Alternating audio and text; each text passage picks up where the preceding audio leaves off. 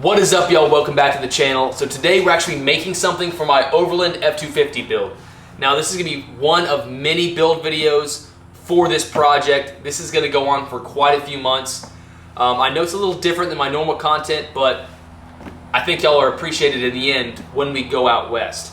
So this is a tool that a lot of guys out west do use almost every time they hit an obstacle, which is a tool to air down and air up their tires all at the same time. So nothing special about it.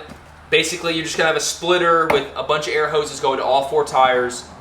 You know, again, it's not rocket science. You can buy a full kit, fully assembled, or there's plenty of other videos on YouTube on how to build this other than mine. I just wanna show y'all the way I do it. So some of the parts you're gonna need to buy is going to be a three-way. This is a slim design. There is different designs, but I wanted to go with this one because it was flat and it would be able to pack up in a bag easier. You also have to get a ball valve. I already had this, so I didn't have to buy it, but I think they're like around 10 bucks. I also had a air hose and some hose clamps, so I can save money in some of these areas.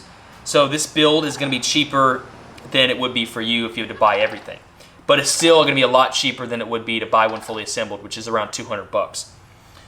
But I'm gonna pull all these QDs off because I don't need those. I'm actually gonna be putting these nipples on instead because I'm gonna be putting the air hose directly on it and clamping to it.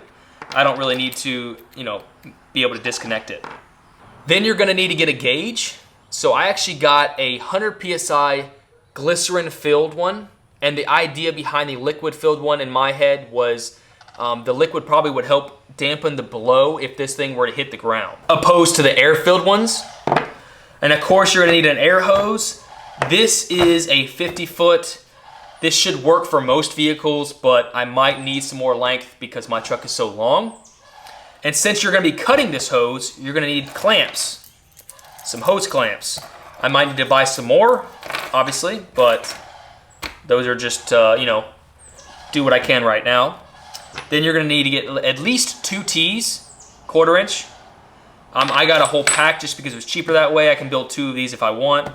Then you're gonna need to get some 1/4 inch barbed nipple to 1/4 inch MPT. And I got a bunch of those as well. I think I'm gonna need, like 1, 2, 3, 4, 5, 6. I need 6 of them. So, but I got, I think, an 8 or 12 pack because it was almost cheaper that way. Then, obviously, the most important thing is locking chucks. These are self-locking chucks. You put them on, push down, and they seal and lock on, so you can air up or air down. These were like 18 bucks. These were the more expensive option. There is a cheaper option, but I decided to go with these. And I apologize that I got some dinosaurs screaming at me in the back. They're, the ribeye of the sky. They're screeching at me. This is what I gotta deal with.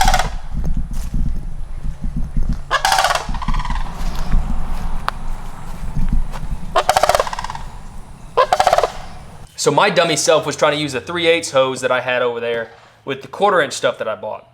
And of course that doesn't work. So I ended up ordering 100 foot of 1/4 inch because it'd be better to have the smaller hose because I don't need a large diameter stuff for airing up and airing down. So the 1/4 inch would be best. It would pack smaller, it would be lighter. That's what I'm going for with this build, is just try to be as light as possible. So I'm gonna get that tomorrow, but I'm still gonna do as much as I can right now. So I'm going to put Teflon on everything. Make sure the Teflon goes on right.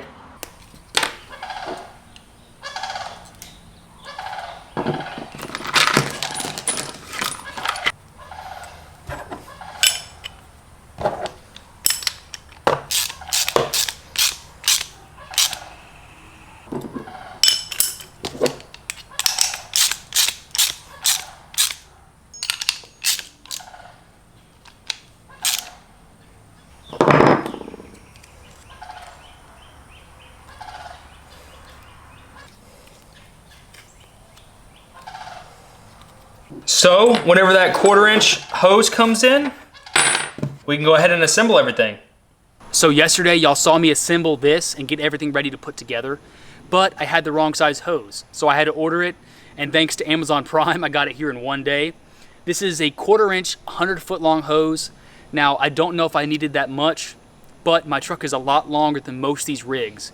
So most of these guys that are building these kits have like Forerunners and stuff like that's really small wheelbase. And they were using 50-foot hoses. So I just want to make sure I have more than enough for this project. Anyway, I'm going to take one part of the hose, run it all the way back to the vehicle, and so I can know where I want to cut it. And then I'm going to run one on the other side and make sure I have excess too, just in case.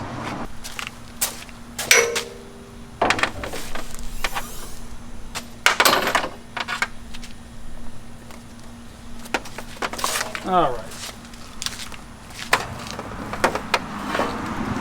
So I actually got it ran past the rear tire a little bit, just in case I need to air up or air down a bigger truck, which mine is a 4-door short bed, so it's already pretty long. The only thing longer than mine is a 4-door long bed or a mega cab long bed, like a Ram.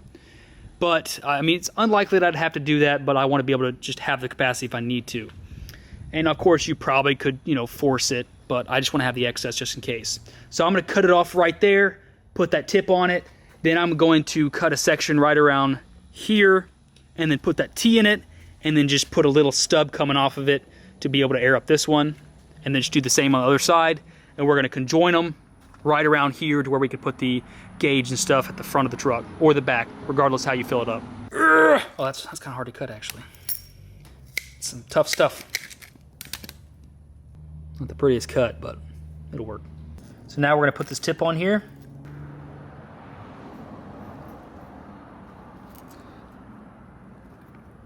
Ooh, it's a tight fit. Then you're going to tighten down the hose clamp. Cut it around this section. It's not a rocket science, obviously. Hose clamp on and guesstimate like the top. Let's just say the top. Theoretically, put this puppy on. Just say you need it up here. Just cut this off. And this is my actually last hose clamp for right now. I'm gonna stick it on here. Boom. And you got one side done. So I'm actually gonna test this in a real world situation. I removed all the TPMS sensors out of these rims and tires for my new ones. And when I aired them back up, I think that the PSI varies in each one. So I'm gonna hook this all up and fill them up around 50 to 60 PSI, something like that.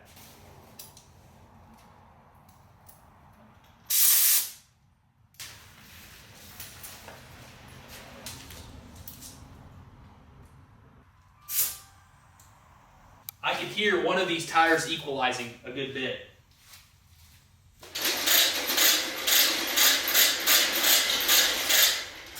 Now we're gonna hook it up. So we're actually pretty close to 55. Let me do 60.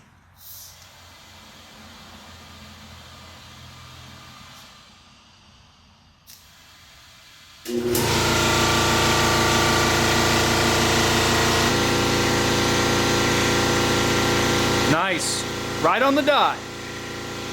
So now we're good.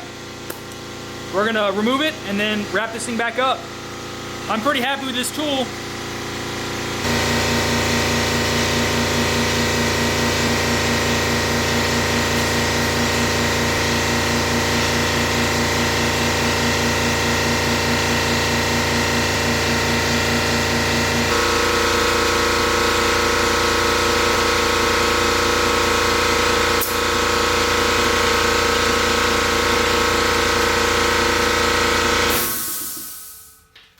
Heck yeah. Now I just gotta find a bag to put this in.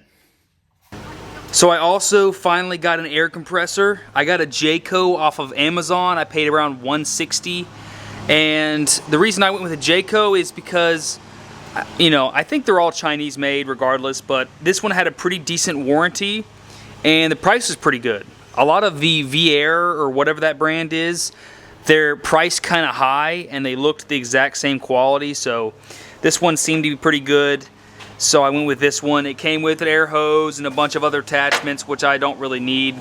I made this pigtail to go from the outlet on the compressor to the tool. So I haven't really tried it, but it should be fine. I mean, I tried, obviously I made sure it ran, but I haven't really aired up the tires or anything to see how long it takes. It probably is going to take a while.